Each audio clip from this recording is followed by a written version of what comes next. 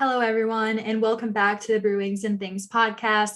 This is episode 11, and I am your host, Kaylee, joined by my usual co-hosts, Cameron and Alex. I do apologize that we did not have an episode last week, but we were all enjoying the holidays with our family, except for Cameron, who was in Europe. So, Cam, how was that? It was great. And let me tell you, it was much better than enjoying the holidays with my family. I went to Estonia, Latvia, Lithuania, Poland, Prague, which is Czech Republic, and Vienna, and then Innsbruck, Austria, and then I came home. And now I'm in Connecticut. So I went to Orlando, then back to Daytona, and then to Daytona to Orlando to Connecticut to Vermont to Connecticut, and then tomorrow I'm going back to Orlando and then Daytona. First world problems. Yeah. What was your favorite place that you visited? It was probably Latvia. Because why? Yeah, why, Cam?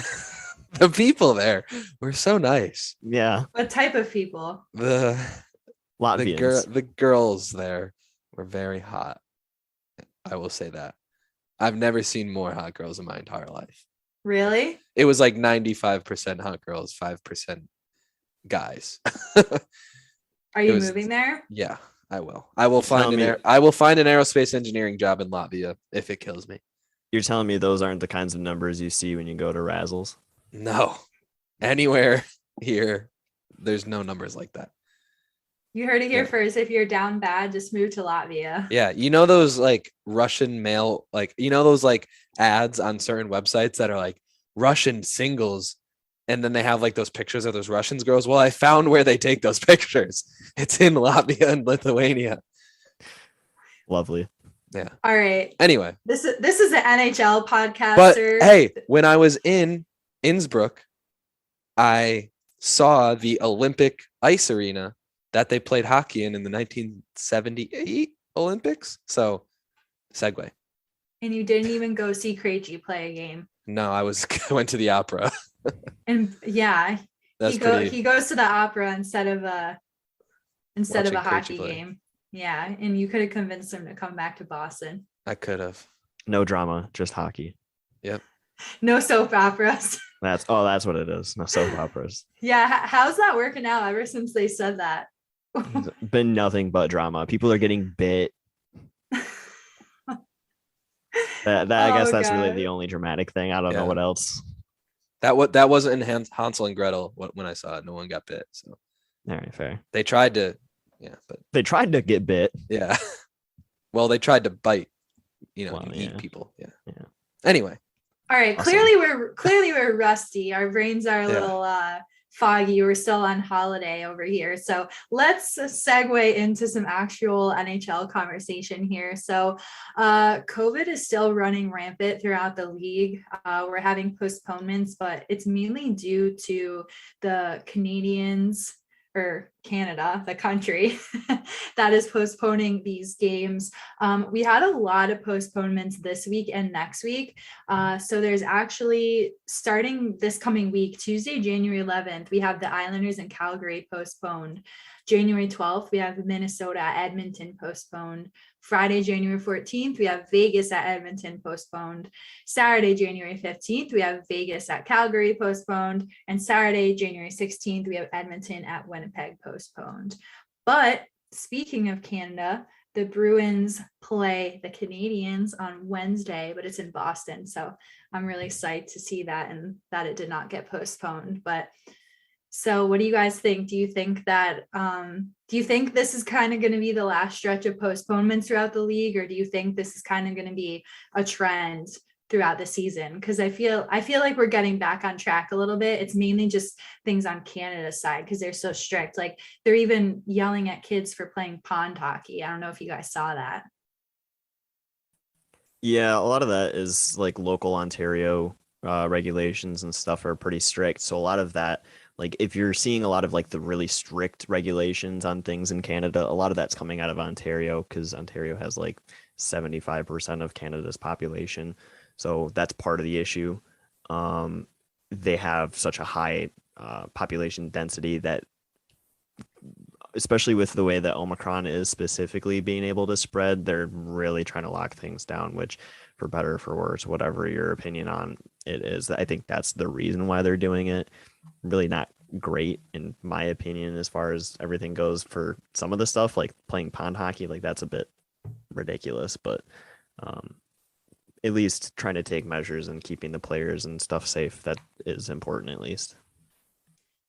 Yeah, and speaking of that, the Olympics, as we suspected, will not be happening in 2022 due to COVID. Not only do the players not want to travel, but they're going to need that Olympic time that was originally set aside to make up all these games that were postponed. And I know a lot of the players weren't happy about it, including Brad Marchand. He released a statement about it and said the NHL and NHLPA can change the rules of the CBA to add a taxi squad so that they don't miss any games and don't lose any money, which has already been agreed upon, that the players will pay back in escrow until the owners are made whole from what they have lost during this pandemic, regardless of how many games are missed. Yet they can't do a taxi squad during the Olympics, so they can honor the agreement they made so the NHL players can go to Beijing. Please tell me that's not bullshit. So Marchand is never afraid to speak out or lick someone or do something out of the ordinary. So do you guys agree with Marchand? Do you think the players should have went? Do you think this is unfair treatment? I don't know. It's kind of tough. It's like a lose-lose situation, but I do think that, like I said in a previous podcast, where you make a promise that you're going to go and you do so much work trying to reach out to a community saying, like, we love you guys, we want you to get excited about hockey, like how they've played games in Beijing before. And then when the Beijing Olympics happen, they're like, yeah, we're not going to send anyone over there. And I mean, a lot of people are in COVID protocol now, or that they were in COVID protocol and they had COVID. That means they're fine. That means they can't get sick. So what is NHL worried about? If everyone already has it, you're fine. I don't know. That was kind of a joke, but yeah, I think just like, especially with Omicron, there's a lot of things with the reinfection rate being a lot higher than previous strains and stuff like that. So I think that part is still, like, they still have potential of getting it again. But beyond that, like, yeah, it is something that was obviously promised to them. And it's a big letdown for a lot of people involved. And like you said, we had kind of talked about this extensively before, about how, honestly, if the owners are into making money, which we're talking about billionaires here, so yes, they can wipe their tears with their money if they want to. They stand to gain more by allowing a lot of these players to go over there and building the game in its entirety, because that brings in another whole other market of people who are going to watch your product on the ice. And it's something that I don't know why it's always been a big point of contention for a lot of the owners of these teams, because they seem to think that short-term losses don't amount to long-term gains for something like this, but overall they do. It's been proven before that they do. But as far as the players go, I think with the regulations that were in place, as far as how long the containment would have been in China, that would have sucked. That would have been awful. And beyond even just the impact on the NHL, I think for the impact for those players, that would have been horrible for them. I don't think that they would have wanted that. So there's some that probably still would have wanted to go. I think Marchand, being the age that he is, like, in 4 years, is he going to make that Canadian team? We don't know. I think that's where a lot of this comes from. Yeah, that's what's really sad, is it's a lot of people's last chance to make the team and play for their country, which is like the ultimate honor as an athlete, to go do that and play in the Olympics. And now they're just like, we're not going to let you do it. So right this very moment, there is a 16-year-old Connor Bedard who's playing for Team Canada in like the juniors and stuff, who we're one injury away from, like 4 years from now, from seeing Connor Bedard play an Olympic game for Canada before Connor McDavid does. Just think about that. That's insane. Or them. Yeah, Or honestly, they're going to play at the same time. So Well, that's what I'm saying. Like if 4 years from now, Connor McDavid is can't do injured it. during the Olympic break, we could see a kid who is 16 right now play before Connor McDavid does. Well, actually, it'll be the Sigma variant, I think, at that time. So we'll be far beyond the Sigma. I couldn't think what the Zeta variant. Yeah, we're gonna start going into hurricane names. It's gonna be variant Sandy, variant Katrina. Yeah. Yeah, I mean, it is depressing. I mean, it's no secret that COVID has ruined lives, not only by taking people's lives, but ruining family businesses and ruining hopes and dreams, literally. So it's kind of depressing that, I mean, as an American, I still want that revenge game against Canada, not that would happen, but I was still kind of holding on to that thread to maybe see America score a golden goal against Crosby. So it's just kind of crazy. It also makes me feel old that like Marchand, Crosby, all those guys, we might not see them in the next Olympics because they're going to move on from those players. And COVID, I can understand their frustration because COVID has ruined their chances. So I do agree partly with Marchand. I mean, it wouldn't be smart to go, but it is very frustrating. I think he was just letting those frustrations out. So speaking of frustrating, we have more Evander Kane news. I actually tweeted a meme, and not to like gas myself up or anything, but I tweeted that SpongeBob meme, which I thought described Evander Kane perfectly. And I was like, Evander Kane every month. And then it was the SpongeBob, want to see me violate COVID protocol? Want to see me do it again? And like this guy, I don't know what it's going to take. You can easily get in good graces again by following the rules and not doing stupid shit. And he just keeps doing stupid shit. Like, we know the NHL is absolutely horrible when it comes to giving the wrong people second chances. Like, we know that they constantly, defend players that have done bad things, morally wrong things, whether it's sexual harassment or racism. Like, there's also that meme, you can excuse racism. So like, we know the NHL can. And so Evander Kane just has to behave himself for a few months and maybe he'll get back in good graces. It probably wouldn't be with the Sharks, but so the Sharks placed him on waivers and they plan to terminate his contract for violating the AHL's COVID protocol. And this is the second time this has happened. He originally served a 21-game suspension for submitting a fake vaccination card, and he was assigned to the AHL in November. So he violated league rules by traveling home to Vancouver while he was in COVID protocol last month. So I want both your guys' opinion. Do you think this guy will ever see the NHL again? Do you think there's a team that will take him? Do you think he deserves another shot if he does clean up his act? Like, I want to know what you guys think of the situation, if you think anyone would accept this guy ever again. Well, I actually was like looking and reading an ESPN article about this earlier, and they said that at the time of his 21-game suspension, they were trying to trade him, and there was actually teams that were interested in picking him up still, even when he was, on his AHL contract or whatever, blah, blah, blah.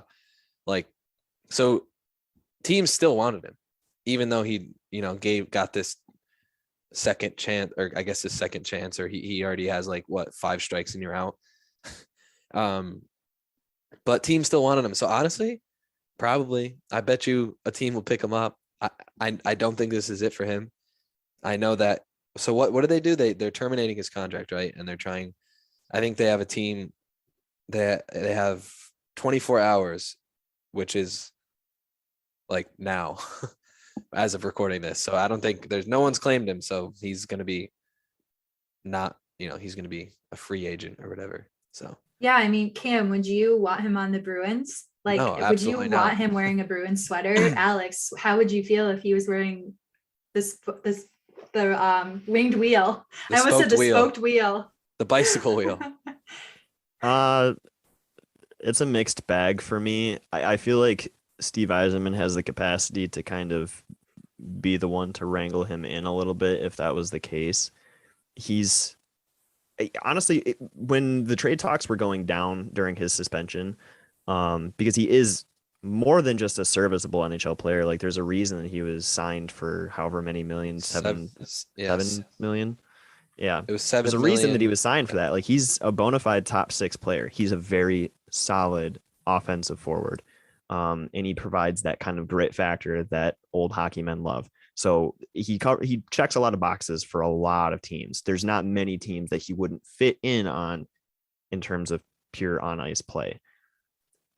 Obviously, the issues are his off ice antics. And I don't pretend to know what the reason behind any of it is, but I think there's very few teams that would be able to have the capacity to kind of provide him the help that he seems to need, while also being able to kind of keep things under wraps. And I think the Red Wings were one of those teams that were looking at testing the waters, mostly because they had the cap space.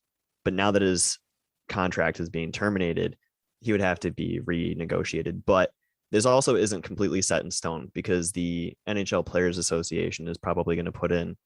They did put in a grievance.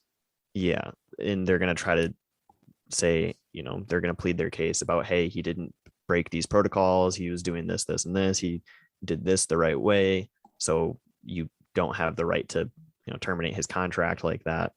Yeah, because that's going to be a lot of money that he loses. Yeah, so. He traveled home to Vancouver while he was in COVID protocol last month. Sources said. Right. Yeah. I so said it all. that. So it all Pay depends attention. on the way that things go. Well, so are they just saying like, no, he didn't go to Vancouver? Like, I don't know. I think it's probably.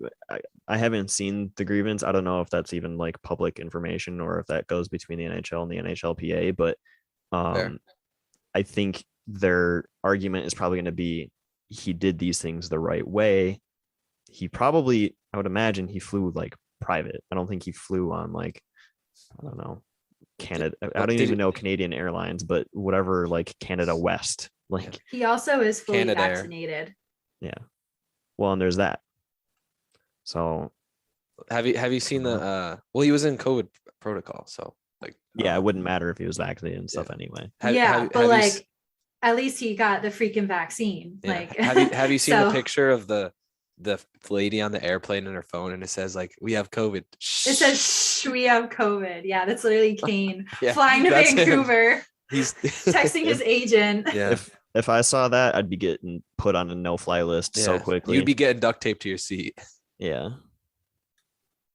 Yeah. So who knows if he'll ever get his act together. There's just so many sketchy things going on with him. And it's sad. Like I do, like you said, Alex, I do wish he would get some help, reach out, acknowledge that maybe he just needs some counseling, or because he could be an asset to a lot of teams. And he was a star at one point, I mean, he was, I think he got his career start with the Thrashers. And then he's been in San Jose. So he's a long tenure player. He's 30 years old, like time to grow up, dude. So, I mean, I wish him the best. It's sad to see, who knows what's going on with him mentally. And I wish he would just admit that and accept help if he needs help. But it's a never ending story with him. And there's always something unraveling. So who knows, maybe we'll have another story about him next podcast. You just don't know with him. You know what they always say, be an asset, not an ass hat. Thank you. Who says that? Me. I just made it up. I just thought of it like 20 seconds ago. All right. But did you really? Yeah, people will say it now. They should put that in the locker room. Yeah. Like honestly. Ted Lasso. Yeah, put it like over. The Believe so thing. You slap it as you leave. Be an asset, not an ass hat. I'm gonna put that on a shirt. Be a goldfish. Yeah. I mean, the NHL is a goldfish. They have a 10-second memory. Just when it comes to like domestic abuse, and they forget bad things within 10 seconds. Yeah. Anyway, speaking of AHL players, TUUKKA RASK. Yeah, this kid's got a future in the NHL.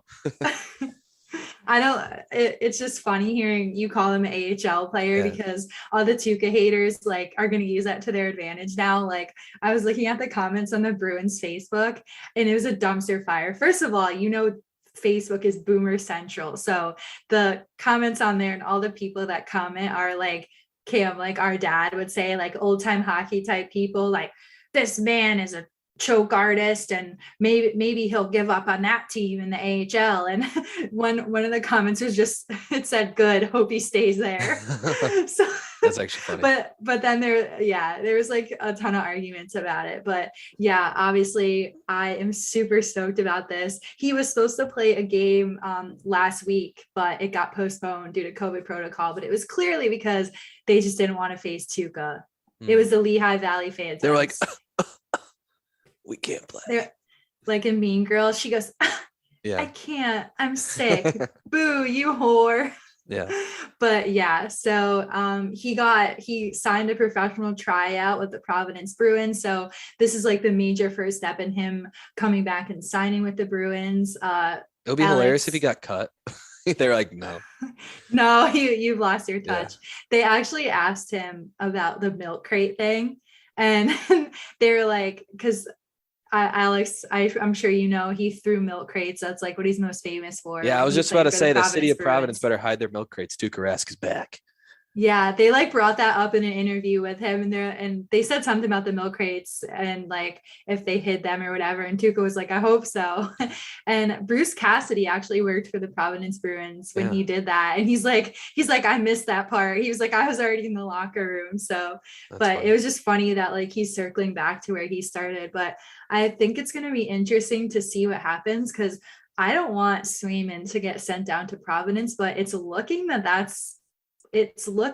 that is going to be the case because you can't send Ullmark down. He has a no move clause. Not that you're going to send Ullmark down, but you can't send him elsewhere. He has a no move clause and he has a 5-year contract. So it looks like Swayman's going to be the odd man out. How do you feel about that, Cam?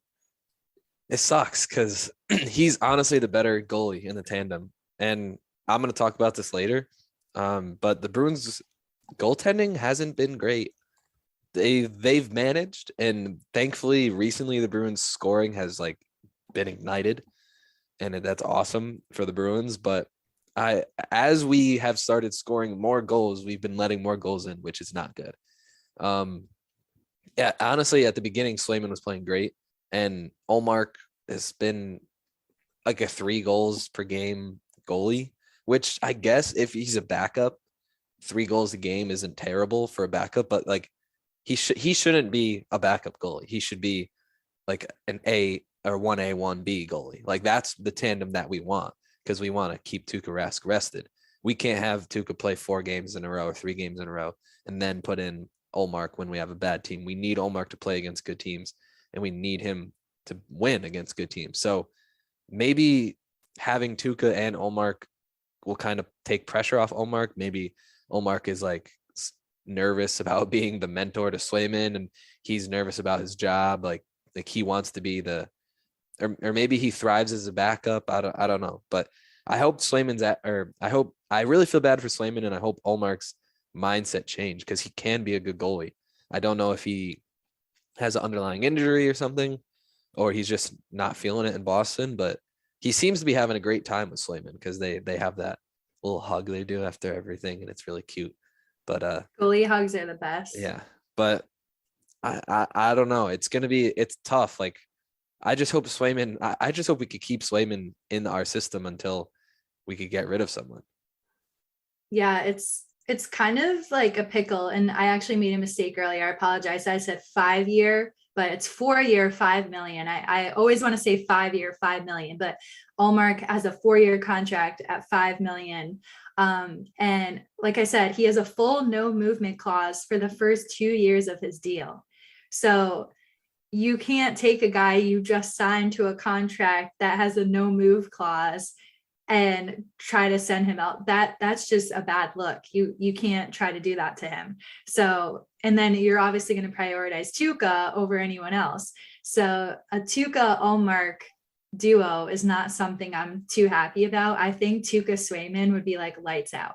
It's no secret that Swayman is the future number 1, but like you said, I hope him going down to Providence doesn't ruin his confidence. I mean, he doesn't seem like the type of guy that would be mentally affected by that, but I hope it doesn't get him out of his groove. I'm just worried where things are going to go after he gets sent down. But Alex, what do you think from a non-Bruins fan opinion? What do you think about TUUKKA coming back and the whole Swayman-Ullmark thing? Honestly, from what I've seen, I really like Jeremy Swayman. He seems like he's, like you said, like definitely the future number one. And that contract for Ullmark is a little tough to swallow right now, given the whole situation. He'll be a good backup once RASK is done. However long that ends up being, obviously we don't really know. And I think Jeremy Swayman would be okay with spending another year or two in Providence if he has to. And I think from what I've seen, he seems like the kind of goalie that can take that and see the business side of it and see that it really has less to do with him and more to do with the rest of the team's composition, especially obviously in the goaltending area. The question that I'm going to have, and it depends on whatever the contract is how's the cap situation going to work out? Because, Swayman's not making a lot of money, but also you're going to have to pay RASK something, and the league minimum is $750,000 for a one-way contract. So that adds up. So it'll be interesting to see how that gets balanced. Yeah, definitely. And circling back to the milk crate thing, I just had to quote the actual quote that he said because it was funny. Someone asked if they would be hiding the milk crates from him, and he was like, I hope not. If we want to see some ESPN not top 10 highlights again, I might have to pull something out of my hat. I was actually talking to my agent Wednesday, and he was telling me, hey, it doesn't matter if some young guy tries to do something crazy out there. Don't lose your cool. I didn't give him any promises, so we'll have to find out Friday. I just love this man. Like, he is so, like, imagine hating TUUKKA Rask, the most elite goaltender in Boston Bruins franchise history. Like, couldn't be me. And he's like the coolest guy ever. So at this point, he already said, he's like, it's not about the money. I just want to come and help. He literally said that in the press conference this past week. He said, it's not about the money. I just want to help the guy. So at this point, I think he will take, the minimum that they offer him. But Alex, like you said, he's only 34. So he can't get that discount right now. So this is a really tough spot for the Bruins. There's just so many like moving parts, and I'm a little nervous, but if Swayman has to go down so we could get TUUKKA back in to help solidify the last year or two of the core, then so be it. But it's definitely going to be interesting to see what happens and see how he performs, especially after getting that surgery. But I could talk about TUUKKA all day, so we can move on to some less than thrilling news. We always have some controversy, whether it's Evander Kane or something else. But I think this just happened today. We found out Mark Bergevin was added to the Kings front office in a consultant position. So if you guys don't know, Bergevin was the GM of the Canadiens until this past year when he was fired. And there has been some controversy surrounding him because he said he was unaware of the Brad Aldrich allegations with the Blackhawks in 2010. So he was in a management position in Chicago from 2008 to 2012. He was the director of player personnel. And that's when he claimed that he knew nothing about the Brad Aldrich situation, which is when all this is happening. So I find that a little hard to believe, considering he was the director of player personnel during that time. But guys, are we surprised that the NHL is still recycling the same old white dude like they always do in the league, even though, that after this whole thing happened, they're still keeping this guy in the league who was a part of this terrible Blackhawks sexual assault fiasco, and he still has a job and he's still employed. So Alex, I know you're salty on the Kings right now, so give it to me straight. It's pretty par for the course for the NHL in general, just to be honest. And it's not just like, one or two things. Like, there's always just a number of random bullshit behind every hockey personnel in the NHL for the most part. Obviously there's exceptions, but for Bergevin, you've got that situation in Chicago, which nothing's been proven as far as him. but we can all kind of infer, like you said, like it's really hard to believe that the guy who is in charge of player personnel doesn't know what's going on with the player personnel. Beyond that, there's the whole Logan Mailloux situation where he drafted a sex offender, essentially, from who committed sex crimes in another country. Then, you know, you've got just the LA Kings organization who keeps trying to bring back Slava Voinov into the league, who was sent to Siberia because he almost murdered his significant other. This is stuff that continues to happen, and until the pattern is broken by somebody who's, you know, you don't even have to be brave enough to break the pattern. You just have to be not a dumbass to break the pattern of this kind of nonsense. So be an asset, not an asshat, right, Cam? It's catching on. I'm disappointed, but not surprised, is where I'll leave that. Yeah. I agree, Alex. Like, not only is he an asshole, he's also not a good, like, GM. He's not, like, the Montreal Canadiens have been terrible, obviously beside their one cup run, but I don't attribute that to him at all. I attribute that to solely Carey Price. He's been a terrible GM for the past, 10 years or whatever? Decade. 10 years. So why you would want to hire him as a consultant boggles my mind. The same way I don't understand how Peter Chiarelli keeps getting a job. I know he hasn't done anything, controversial, but he's just terrible. He's terrible at his job. He runs every organization into the ground, or at least tries. So, I don't understand. Like, can't you find new people, like college coaches or something? Like, isn't that how it should work? Instead of just getting bad people and hoping they do good. It doesn't make any sense. The NHL is not a meritocracy. It doesn't matter if you're actually good. It matters who you know. Yeah, Babcock still has a thing. Profession. Like, they just recycle everyone. It's like, that's like you getting fired from your job and then another department picks you up. Yeah. What? Imagine in the corporate world that you work in finance and then they hire you in HR. Like, I really hope nobody from my Michael work Scott is watching this, because that happens more than you would think. Okay, Michael Scott. Does it really? Oh yeah. It matters who you know, right? We could talk about other things that are a bit more polarizing that do the exact same thing, but let's not get into that. Yeah. I can't wait until these same guys are finally too old and they retire and they're forced to bring in new faces, because again, not only do you, like you said, Cam, he's not good. He's never proven that he's good. And he's a jerk and unethical from what we know about the past. I mean, there's such a big deal. And this Brad Aldrich thing was probably arguably the biggest scandal in NHL history. I could be wrong, but this was like massive and this was disgraceful. And they kept this guy who worked with the player personnel, claimed he knew nothing about it. And they're like, hey, you can work for the Kings now. So he's still in the system. So it's just a slap in the face. And I like you say, Alex, disappointed, but not surprised. That is me with everything the NHL does.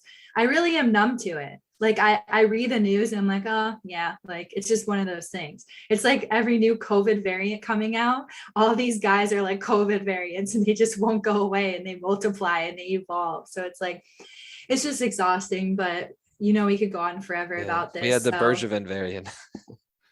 Yeah, exactly. So in other news, we recently found out that Jack Eichel is skating and he is looking towards a February start with the Vegas Golden Knights.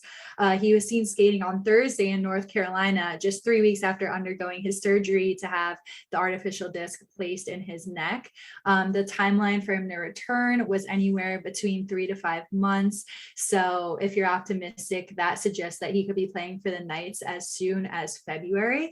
So it also kind of sucks that we won't see him play in the Olympics either. This guy just keeps getting blows to his career, but I truly think the Knights are going to be a wagon like when he joins, because they've had their ups and downs and they've had a fair share of injuries, and they did just have a really disappointing loss to the Blackhawks last night in Fleury's first return to Vegas. But honestly, I watched most of that game and it was just kind of a fluke. The Knights didn't get one power play. Fleury just played really well. He outplayed Leonard. So, but other than that fluke loss last night, the Golden Knights have been on a roll. So I think we know the Knights are going to be the best in the West, in my opinion, once Eichel comes. And I think that's really that one key piece they need. My only doubt would be the goaltending, because they really did get rid of a great goaltender, but it was a business decision, and it ultimately led to them receiving Eichel. So I think we've talked about this before, but I'm sure you guys are excited to see what Eichel can do with Vegas. But do you guys also agree that this is what they need? Do you think we could see them in a cup final? I don't know if it's this year or like this season, but once he gets half a season under his belt and they come back and he gets a full off season under his belt, hopefully, and they come back as a full team with him as their wherever he fits in, I think they're going to be dangerous. And we already thought they were going to be dangerous, earlier, and they kind of had a shaky start just because of all the injuries and stuff, but they're playing great now, and they're going to be playing even better, like you said, Kaylee. So I totally agree that Vegas might finally get the cup that they've been waiting for so long. I do have, it's just agonizing to be a Golden Knights fan, but I do have something funny. My good friend Hunter works for the Vegas Golden Knights, and he's like a member of the Knights Facebook group. And he sent me a screenshot of one of their fans saying, "Do you think they are going to retire number 29 tonight for Fleury?" And someone just responds, "No." And then the guy that posted that goes, "3-time MVP, Stanley Cup champ, original misfit." That's what they call like the Knights players, I guess. I don't know. Vezina. If not him, then who? So I'm sorry if there's any Golden Knights fans, but I think they're still learning hockey because they thought they were going to retire Fleury's number. A surprise unveiling. Hey, that would be pretty Vegas. That would be pretty cool. Yeah, they do everything over the top. So it's like, let's just break. Yeah, they might retire his number eventually, maybe just like an honorary. I don't know, but he hasn't really impacted him that much. He's an active player. I know. I don't mean now. Yeah, eventually, maybe. First active player ever. If Vegas retires his number as the year after he retires or whatever, you would see Nashville hanging a banner saying, "We didn't retire a number as quickly as Vegas did," at least. Like, that's the kind of thing. At least it wasn't for their fans. Yeah. Nashville and their damn banner memes. Yeah. All right, so we will move on to our segments. So I will go first with my usual hockey history. I was really excited about this one because it was actually on this very day in history. On this day, January 9th, 1979, speaking of retiring numbers, we're so good at these transitions, guys. The Boston Bruins honored Bobby Orr by retiring his number 4 and raising it to the rafters, amongst other retired numbers worn by great legends in Bruins history. Not that I have to explain to you guys who Bobby Orr is, but he is the GOAT defenseman, GOAT Bruins player, like father of the Boston Bruins. He's an animal. So I just thought this was really interesting. I was going through some of his awards and accolades, and this list is just absurd. He's the first and only defenseman to score 9 hat tricks. He's the first defenseman to score 30 goals and 40 goals in a season. The first player to record 100 assists in a season. The only defenseman to win the Art Ross Trophy as the league leader in scoring. The only defenseman to win the Lester B. Pearson Award. The only player to ever win the Norris Trophy, Art Ross Trophy, Hart Trophy, and Conn Smythe Trophy in one season. He has the highest single season plus minus rating, plus 124 in 1970-71. 4th in league history in career point per game average all time. He has 1,393, which is the highest among defensemen, minimum 500 career points. And he's 66th overall in league history in career assists and tied for 109th in career points. Now, I know this was when the NHL wasn't as young and fast and, things are way different now. You never will see a defenseman putting up these numbers, but that is just absurd even for those times. So shout out to the legend this day, January 9th, 1979, number 4, Bobby Orr. That number's retired, never to be worn again. So shout out Bobby. And he only played... I sound like Logic. Yeah. All right. Don't Bobby. Don't talk to Alex about Logic, please. Why? We're not getting into it. Good. He likes Logic? He is Logic. Well, I know he does. We talked about it before. Yeah, we're not getting into it. Bobby Tarantino. Good. Okay. Well, anyway, also he only played for 12 years too, which is like ridiculous that he scored that many points as a defenseman in 12 years. Like he could have kept playing for 10 more years, like, you know, like Gretzky did, but his knees were just like absolutely destroyed. And obviously they didn't have the same type of surgery back then and the, you know, medical technology back then to replace knees. But yeah, he got, his knees were just destroyed from blocking shots. And like, he was also a two-way player too, obviously, because he was a defenseman. So that was just something that was amazing about him. He was more of like a one-way player. He was one of those that, like, he was probably the first defenseman that put an emphasis on playing offense in any capacity. And I think that for the era and stuff like that, like, it's like Cale Makar. I mean, also, yeah, in the 70s, like the defense wasn't like, you know, bad. Yeah, there wasn't really much. It was literally, defense was literally just blocking shots. So yeah, you had defensemen that like stood there and the forwards like skated around them, and then you had 5'5" goalies that never stood up to the ice. Of the goal, yeah. But we don't have to talk about that. It was a different time. Yeah. Okay. Anyway, speaking of the Bruins, another transition. We're so good at this. The Bruins are playing the Capitals tomorrow, which is Monday, or today if you're listening it, or yesterday if you're listening. I can keep going. Anyway, the Bruins are playing the Capitals, and the over is 5.5. Under over is 5.5. Now, if you remember earlier in the podcast, I said that the Bruins have been letting up a lot of goals, but the Bruins have also been getting a lot of goals. They've been scoring a lot of goals. There's a secondary scoring happening now, finally. Bruins, you know, but like I said, shaky goaltending, okay defense for maybe 50 minutes of the game, and then the 10 minutes where we fall apart and let up 6 goals. So 100% not legal advice, but 100% it's going to go over. It's going to be over 5.5. The score is going to be like 6-3, or like, honestly, you know, I'm going to keep that 6-3. That's going to be a score. I don't know what it's going to be, but it's going to be a 6-3 score. Also, the Capitals goaltenders aren't amazing either. They're not like, I think, who's their main goalie? Is it Vitek Vanacek's like their backup? And I was just looking at him. Isn't he injured? He's been playing a lot more lately. He might be injured. Vanacek is injured.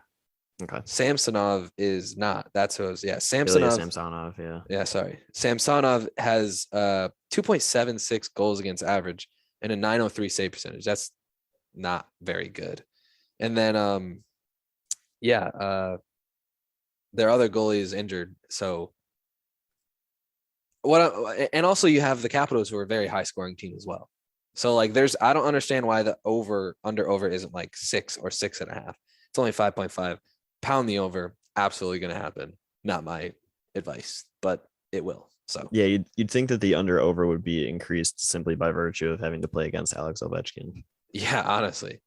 And guarantee you he's going to have over 4 shots too. So I don't know if that's a prop bet, but if you could find that, pound that too. That's a good one. Well, I don't have a transition. Let's talk about John Klingberg. John Klingberg, defenseman for the Dallas Stars, has been kind of trending downwards over the past couple of years in terms of his play. He's turning 30 this coming year, so he's not that old, all things considered, but his overall trend has been kind of moving downwards. And I think that a lot of that has to do with the way that Dallas deploys him. He's a top pairing defenseman, right-handed player who's known for a lot of his offense and a little bit less for his defense recently. Again, I think that's Dallas has been kind of trending down that way too. So that's some of it, but he's requested a trade from Dallas. So if you're a team who's looking for a right-handed defenseman at the trade deadline, he's probably the number one target right now, because he's a really solid player. He's somebody who can definitely help on the power play. He scores lots of goals. He honestly, he kills penalties pretty decently, considering that his even strength numbers are not that good. But everything else is looking all right. And you were talking earlier, Cam, about the overall Bruins goaltending not being fantastic in terms of numbers right now. You know, you've been letting up a lot of goals, and that is actually true. Right here, you've got a model for goals saved above expected, and the Bruins are in the bottom third of the league for that. Yeah. So not only are they just simply not saving goals, but they're saving even fewer than they should be in terms of the way that this model projects them, which is not great. And it does help that the Bruins have picked up a lot in their secondary scoring recently, because that kind of saved them a little bit. Other teams that are actually doing well, LA has kind of stepped into the ring here. Jonathan Quick has been doing really, really well as of late. He's actually one of the top goalies in the league right now for goals saved above expected, along with guys like Igor Shesterkin and Jack Campbell, who are the ones that we've seen the entire season. So they've been consistent the whole way. Guys that have not been playing well, Dustin Takarsky kind of came back into the forefront for Buffalo, not been playing too hot. We knew coming into this season that their goaltending was going to be really shaky, because they just signed guys who had been playing in the AHL because they needed to fill out a roster more than anything. Somebody who is a little bit more surprising maybe recently is Mackenzie Blackwood for the Devils.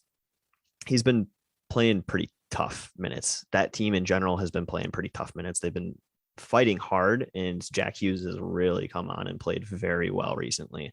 But overall as a team, they've been struggling a little bit. And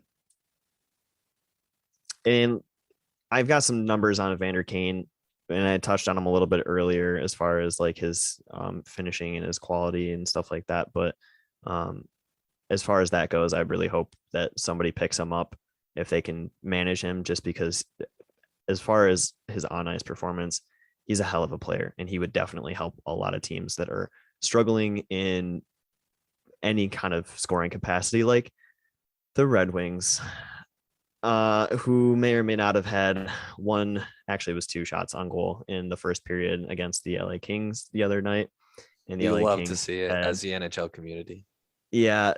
The Kings had 27 shots on goal, which actually is not the most that the Red Wings have ever given up in a single period. It's actually the second most, and it's tied for the second most. Last time the Red Wings gave up 27 shots in a single period, it was in 2010 in Los Angeles against the Kings. So this is the second time that the Kings have put up 27 shots in a single period against the Red Wings. The Wings actually won that game, though. That was in 2010. The final score for that game was 2-1. And LA only scored 1 goal on like 54 shots. The Red Wings did not win last night. So that's what I've got for a little analytical fun stuff. Thank you, Alex, and thank you, Cam. As always, that is all we have for you guys today. So we are signing off, and we will see you next week, as always, on the BruWings and Things podcast. Hopefully with less drama. I'd like to go 1 week without some NHL drama, but that's what keeps it interesting. So who knows? But everyone, have a great day, and we'll see you next time. No soap operas, just hockey. If you can't be, wait, what was it? Don't be an asset, not an asshat. Doesn't remember his own quote. Listen, it's been a long day. All right, you're done. Enough. You're done. All right. Bye. Goodbye. Over and out. Bye.